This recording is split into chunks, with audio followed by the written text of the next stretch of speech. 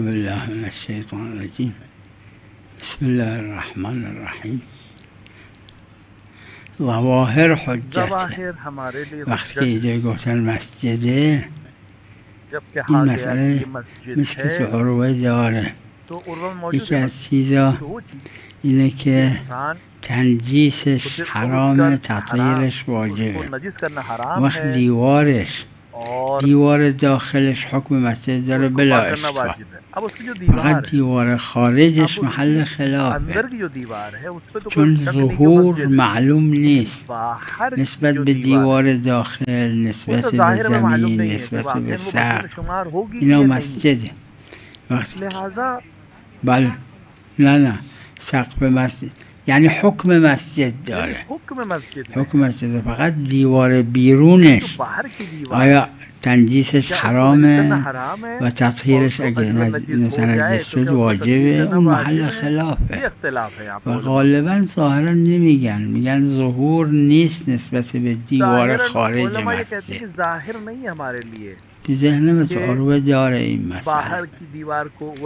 مسئله ظهور مسئلہ جو ہے ظہور کا ہے، یعنی واقعا ہمارے ظاہر ہو جائے کہ یہ حکم مسجد میں تو حکم وہی رہے.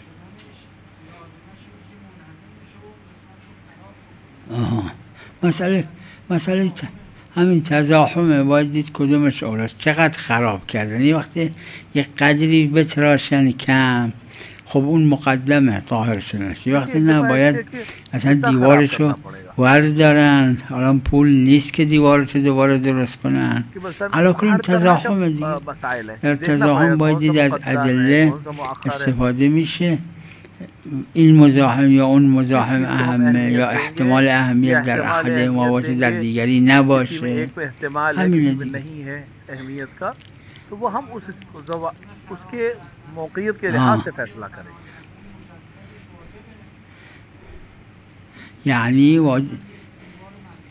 یعنی بر امام المسلمین واجبه، چون از مصالح عامه معلوم نی بر تک تک مسلمین واجب باشه. دلیل دلالت نداره. مصالح عامه بر امام المسلمین یعنی اون که عام لوگوں کی رفاه کے لیے ہے بہبود. اگر به اذن حاکم شهر خراب کرد یا به اذن عام که حسبه باشه خراب کرد، نه ضامن نیست، چون به عمل شرع بوده. اگر کوئی شخص اس لیے خراب کرے نه، اگر امام کی حاکم شرع کی اجازت سے کرے تو اس کے اوپر ضمانت نہیں ہے، کیونکہ اس نے شرعی طور سے اجازت لے کے خراب کیا ہے.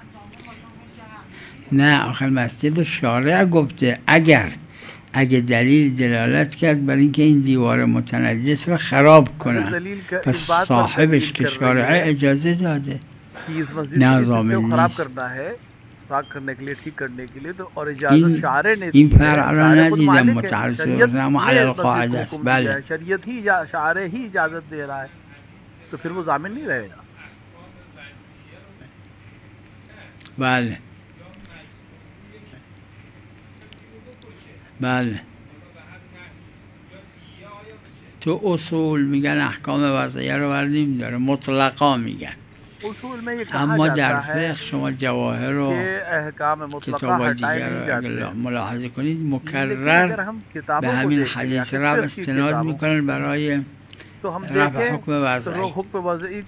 چرا نه حکم وضعی؟ یعنی فقها دو تا اسم گذاشتن، وضعی و تکلیفی، اگر اونم حکم به نتیجه. وقتی که رفع ما لا یعلم، این مای موصوله عموم داره، چرا نگیره؟ بله، یعنی یه جایی احکام وضعیه محرز عدم رفعش عیبی نداره، اما به نحو عام کلمه وضعی و تکلیفی اصطلاح فقها است. شریعت میں تو دونوں ایک ہی حکم ہے. حالا نه، ببینید مجعول هست ولو بالتبع، شکی نیست. حریت، رقیت، مثلا جزئیت مجعول بالتبع، خلاصه مجعول هست، شکی نیست. حکم خداست اما بالتبع، لیکن تابع ہے کسی اور کے حکم کا تابع ہے.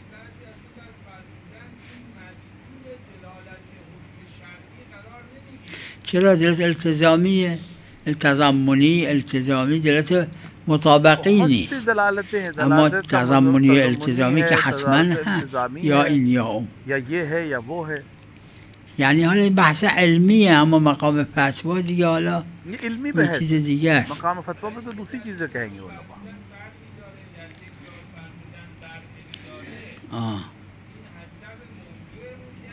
نه وما ولو كان من عند غير الله لوجدوا فيه اختلافا كثيرا.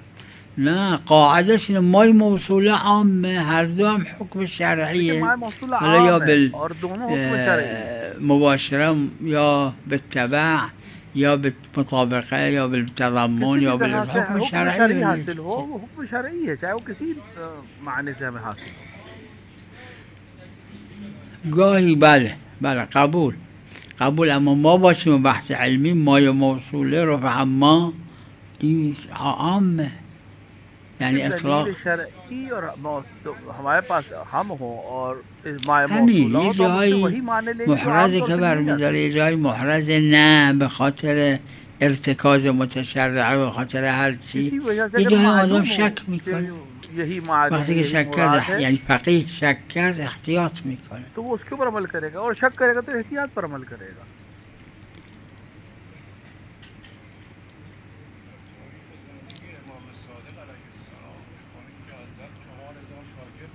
بله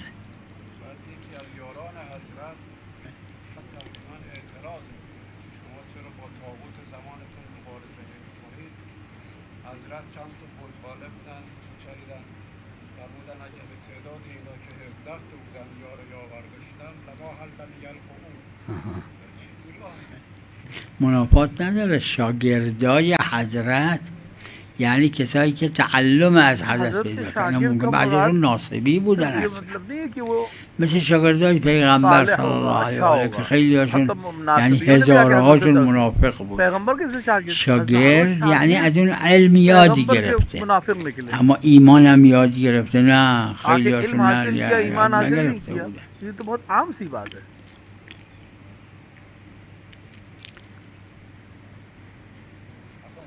نعم. عن زيد بن ثابت قال رسول الله صلى الله عليه واله اني تارك فيكم الثقلين كتاب الله وعلي بن ابي طالب عليه السلام، واعلموا ان عليا لكم افضل من كتاب الله لانه مترجم لكم عن كتاب الله تعالى. هذا زيد بن ثابت منه؟ هذا من النواصب. زيد بن ثابت کون؟ یہ نواصب. شوفوا كتاب الغدير، هذا من النواصب. هذا ينسب على رسول الله شيء هل يقبل منه؟ اگر وہ رسول اللہ یا کوئی چیز کی نسبت سے اس کو قبول کریں گے، اذا لم يكن له معارض لا يقبل منه، مع ان هذه الروايه له معارض، اگر معارض عدة روايات معارض کوئی تب بھی ہم قبول نہیں کرتے. زيد بن ثابت شوفوا، زيد بن ثابت اي معتبر شخص نہیں ہے.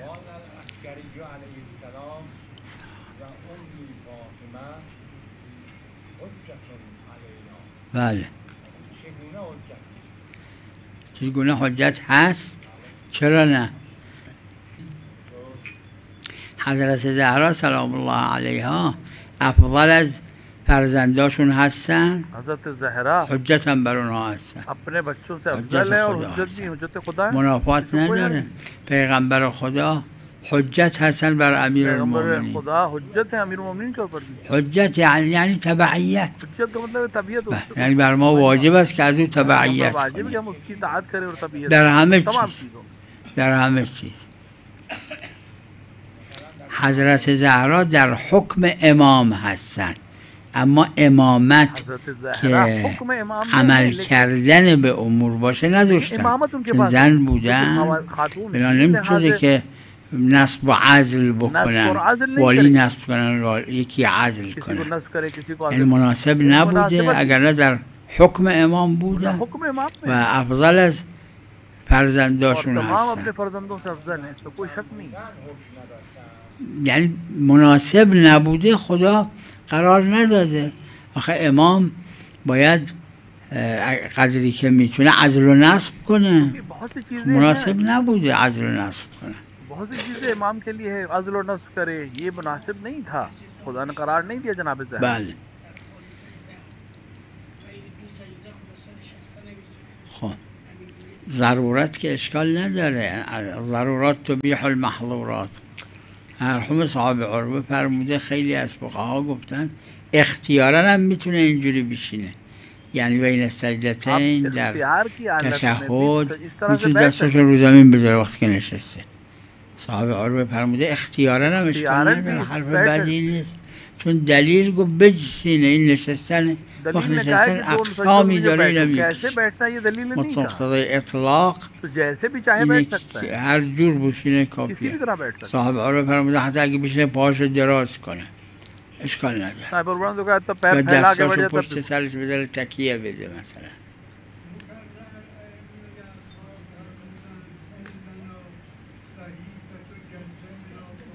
بله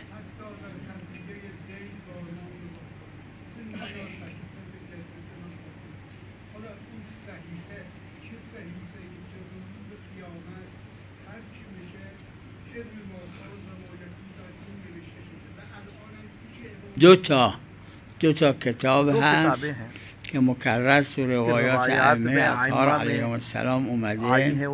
یکی صحیفه فاطمه سلام الله علیها، یکی کتاب علیین صلوات الله علیه. یه چیزایی ائمه از این دو کتاب نقل کردن، بله احکام و غیر احکام، تو بعضی روایات ظاهرا داره ماکان و ما یکون در این هست. بعض روایت में हर चीज इसमें मौजूद है, जो कुछ होने वाला है वो भी इसमें मौजूद है, जो कुछ होगा वो भी मौजूद है.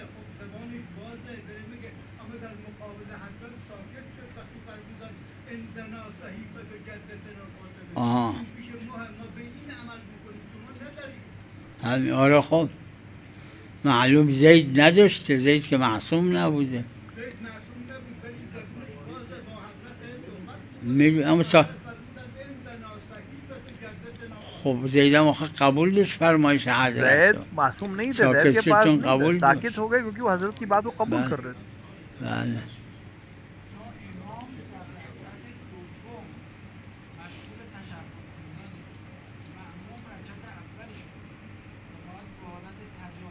بله بله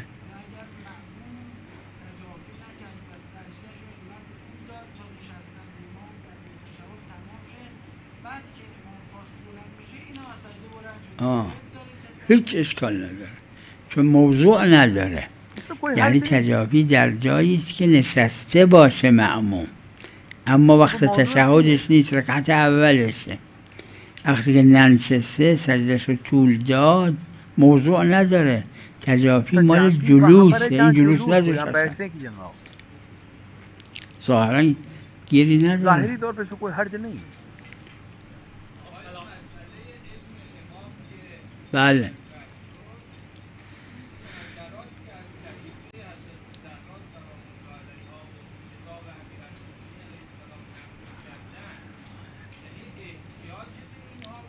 نه مثل روایات دیگه‌ای که ائمه علیهم السلام از پدرشون نقل میکردن، از جدشون نقل میکردن. یه وقت عرض کردم از ادله استفاده میشه. 14 معصوم در علم یکسان هستن، هرچی هر کدوم بلدن همشون بقیه بلد هستن، فقط درجاتشون فرق میکنه که 5 تن افضل از بقیه هستن، پیغمبر افضل از بقیه هستن، حضرت امیر افضل هستن، حضرت زهرا افضلن، امام حسن افضلن، امام حسین. و یه روایت داره که حضرت حجت عجل الله فرجه شریف افضل از آباء شمانیشون هستن. اگر نه این نقل میکردن این منافات نداره.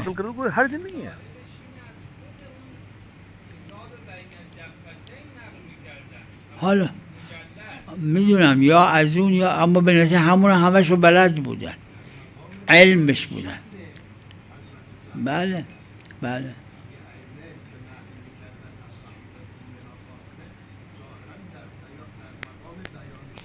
بله علم داشتن، علمشون به همه صحیفه بوده، به همه کتاب علیین किताब علیه अली के ऊपर السلام भी इल्म بوده. था, सहीफ़े फातिमा का भी इल्म था, सबके पास इल्म था.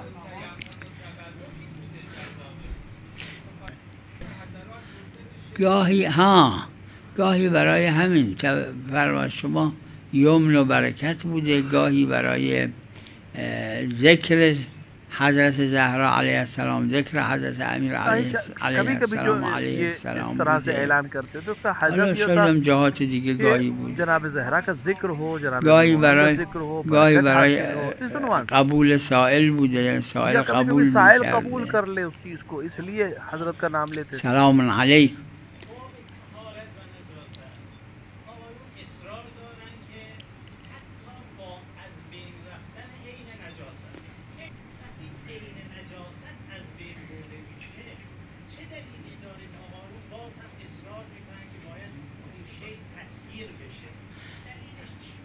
دو دلیل، یک دلیل اماره، یک دلیل اصل عملی.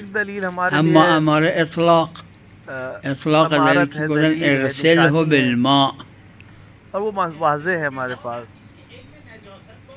بچه نه عرض کم اطلاق یعنی چی؟ یعنی چه عین نجاست برد از بین با غیر ما چه نبرد. این به چه دلیل خاص به عین اطلاق داره دیگه؟ اطلاق حجت जो है वो इतलाक रखता है, हुज्जियत रखता है. این وقتی این قید میدونم این نه وقتی که گفتن اغسله بالماء یعنی به غیر الماء فایده نداره، معنیش اینه یعنی از بین رفتن به غیر ما فایده نداره. اطلاق یعنی این اماره. اگرم امارت تشکیک داره شد استصحاب اصل عملی. ما یه وقت یقین داریم، یک فقیه که اهل خبره است یقین داره که عین نجاست اگه از بین رفت نجاست هم از بین میره، عیبی نداره. اما اگه یقین نداره و شک شد مقتضا استصحاب اینه که نجاست باقی میمونه. अपने आप पाक हो जाता है, वो उसका फतवा इज्तिहाद है. और अगर उसके लिए हासिल नहीं हुआ ये इल्म तो फिर वो इस्तिहाब पे अमल करते हुए उसको पानी से पाक करेगा. عرض کنم اگه یه فقیه یقین کرد خب یقینش براش حجت، غیر فقیه که حق نداره چون اهل خبره نی، اطلاق و استصحاب اینا حالیش نیست. اما اگه فقیه اگه یقین کرد، یقین با قول شیخ انصاری نه موردش نه مرتبهش نه چیز فرق نمیکنه، یقین حجت.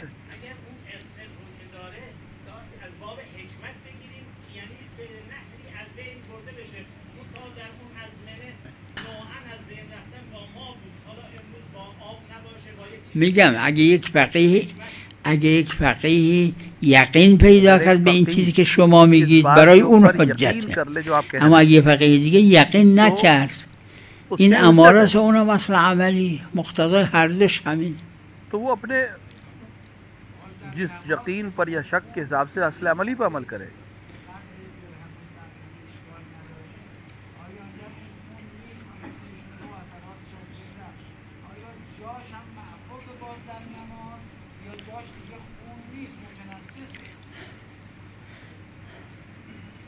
چرا؟ اگر شک کردیم مقتضای استصحاب اینه که بگیم هم حکم داره. اگر شک करे तो استصحاب ये कह रहा है कि उसी हुक्म पर बाकी है जो पहले था. عوض نشد.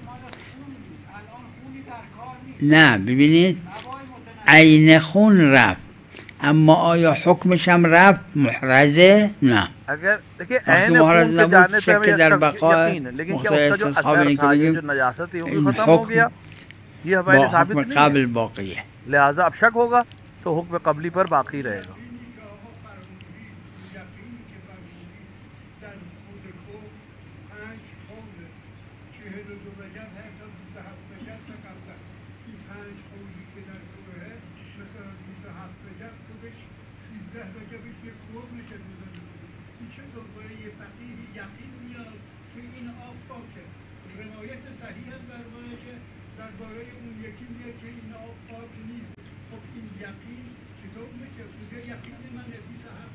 میدونم به نتیجه فقیه اهل خبره است یا اهل خبره نی؟ مثل پزشک میمونه. شما یه مریض رو پیش 2 تا 3 تا پزشک ببرید 2 جور جواب میدن، 3 جور جواب میدن. چرا؟ این چی فهمیده که اون نفهمیده، اون چی فهمیده؟ اهل خبره است دیگه. لہذا اپنے لحاظ سے اور اپنے علم کے لحاظ سے وہ جس چیز کو درک کرے وہ بیان کرے. میدونم به نتیجه هر فقیهی چون اهل خبره است این میگه 42 وجب و 7 سمن وجب، اون میگه 36 وجب، اون میگه 27 وجب. به نتیجه اهل خبره است. مثل مریض میمونه که بشه 2 تا 3 تا پزشک ببرن، هر کدوم یه نسخه بهشون میده. بله فقها مستند به ادله است دیگه، یا آیات قرآن یا روایات یا اصول عملیه یا حدیث، اس کے ذریعے سے جو ان کے لیے معتبر ہوگا اس کے لحاظ سے حکم شرعی کو بیان کریں گے.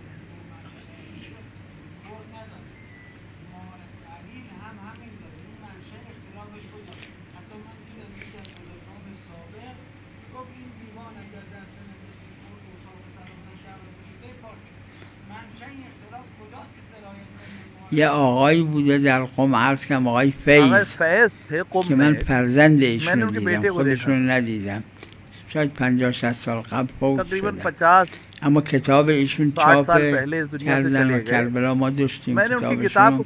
اسم کتابشون الفیض، چاپیه جیبی بود، شاید بیش از 100 صفحه بود. ایشون استدلال کرده بود به همین. روایات متعدده داره که نص در اینه که آب قلیل چیز یرد علی المتنجس، متنجس یرد علی نجس نمیشه. اما فقط چیزی که هست از فقهای شیعه، یه وقتی من عرض کردم 199 از شیخ مفید بگیرید تا حالا اعراض از این ظهور کردن، از این دلاله. اگر روایات متعدد داره، بعضش صحیح هست، بعضش نص اصلا نه ظهوره، اما اعراض ازش شد.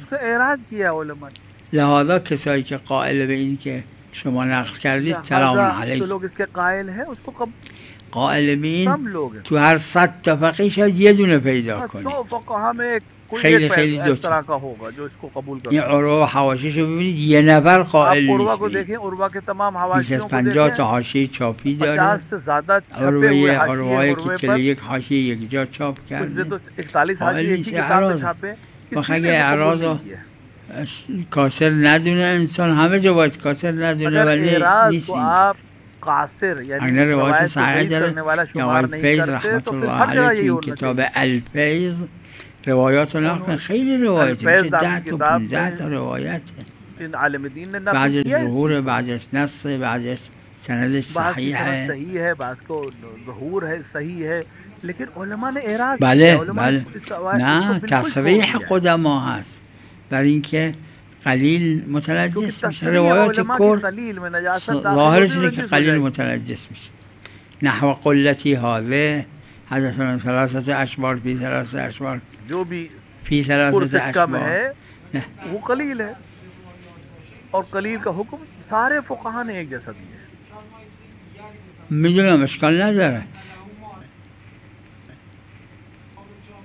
بله اشکال نداره. ببینید اگه به همین میگفتن آقای فیض به مردم میگفته من فتوام اینه اما خودم عمل بهش نمیکنم، یعنی خودم احتیاط میکنم. بله. حتی بعضی گفتن که اگر یه لیوان آبه انسان دستش متنجسه زد تو این لیوان آب خود دست پاک میشه اما این آبه و لیوان نجسه. اینم یه قول دیگه است. تو انگلی پاک ہو جائے گی لیکن وہ نجس ہو جائے گا گلاس. اس بعض نے کہا ہے لیکن یہ کس طرح ممکن ہے؟ امامیہ کے اکثر فقہا چرا فقط چیزی که هست این ظهوره. اون روایات بعضیش نصه. بعض روایات نص ہے. وقتی که نص مقدمه، فقط مشکلش اینه که اعراض ازش شده. ببینید کتاب الفیض رو پیدا کنید، چاپ شده، ایشون جمع کرده روایاتش رو جمع کیا ہے جناب فیض نے اپنی کتاب الفیض میں. میگم همین اعراض از ظهور اونها و نصیتش شده. وقت این مقدم اگر واقعا اعراض نشده بود اونا نصه، این ظاهره. اذا بلغه مفهومش اینه که ان لم یبلغ فهو متنجس یتنجس، این مفهوم ظهوره نه نص. اما اونا بعدش نصه. قبول नहीं किया फुकाहा ने, एराज किया, लिहाजा हम उस पर अमल नहीं करते.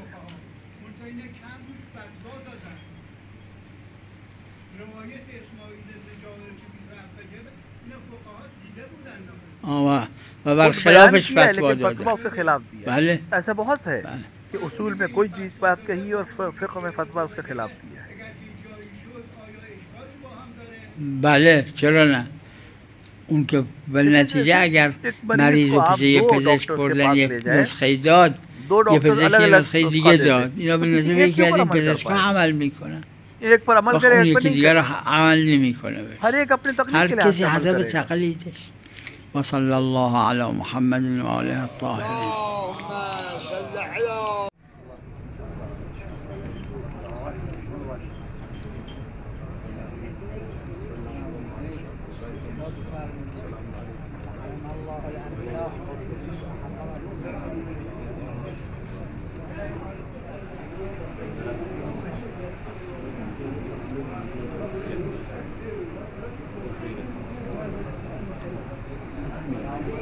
السلام عليكم.